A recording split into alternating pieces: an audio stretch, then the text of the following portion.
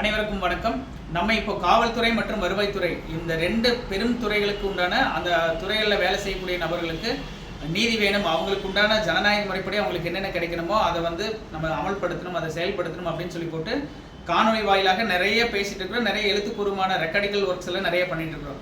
அதோட முதல் முன்னெடுப்பாக என்ன பண்ணியிருக்கோம் அப்படின்னா, தமிழ்நாடு பத்திரிகையாளர்கள் துறை சங்க தலைவரை நேற்று பார்த்துருக்கோம். பார்த்துட்டு இந்த மாதிரி வருவாய்த்துறையிலும் காவல்துறையிலும் என்னென்ன குறைகள் இருக்குது, அவங்க எவ்வளவோ சிரமப்படுறாங்க, அவங்களோட பணி நேரங்கள் இல்லாமல் என்ன நிர்வாகத்து ரீதியாக என்னென்ன சிக்கல்கள் உட்படுறாங்க, உடல் ரீதியாக மன ரீதியாக என்னென்ன பிரச்சனைகளை சந்திக்கிறாங்க அப்படிங்கிறதெல்லாம் பற்றி நிறைய சொல்லியிருக்கோம்.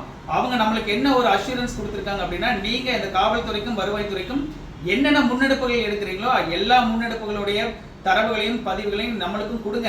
நம்ம மக்கள்கிட்ட கடத்துறதுக்கு எங்களால் என்ன பண்ணி தர முடியுமோ அது பண்ணித்தரேன்னு சொல்லி அவரு உறுதி கொடுத்துருக்காரு. அது ஒரு சிறந்த ஒரு முன்னெடுப்பா நம்மளும் பார்க்குறோம்.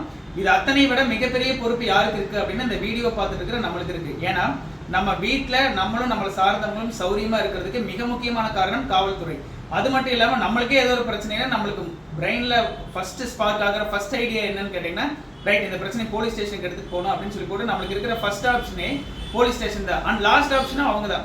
ஸோ அப்படி இருக்கும்போது அவங்களுக்கு ஏதாவது ஒன்று அப்படிங்கும்போது நம்மளுக்கு அவங்க நிற்கும் போது அவங்களுக்கு நம்ம நிற்கிறது நம்மளுடைய கடமையும் கூட நம்மளுடைய பொறுப்பும் கூட.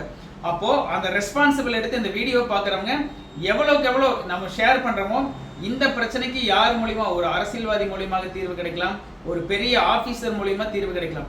அவரோட கண்ணுக்கு போயிட்டு அவர் பார்க்குற வரைக்கும் ஷேர் பண்ண வேண்டிய பொறுப்பும் கடமையும் இந்த வீடியோ பார்க்குற உங்களுக்கும் இருக்கு. அதனால அவங்க நம்ம ஃபேமிலிக்கு ஒரு ரெஸ்பான்சிபிள் எடுத்துக்கிற மாதிரி நம்ம அவங்களோட ஃபேமிலிக்கு ஒரு ரெஸ்பான்சிபிள் எடுத்துக்கணும் அப்படின்னு சொல்லி கேட்டுக்கிறேன். நீங்க ரெஸ்பான்சிபிள் எடுத்து பாருங்க, அதோட பவர் என்ன அப்படிங்கிறது நீங்க தெரிய வரும். அதனால உங்ககிட்ட ஒரு தாழ்மையான ஒரு வேண்டுகோள் வச்சுருக்கேன்.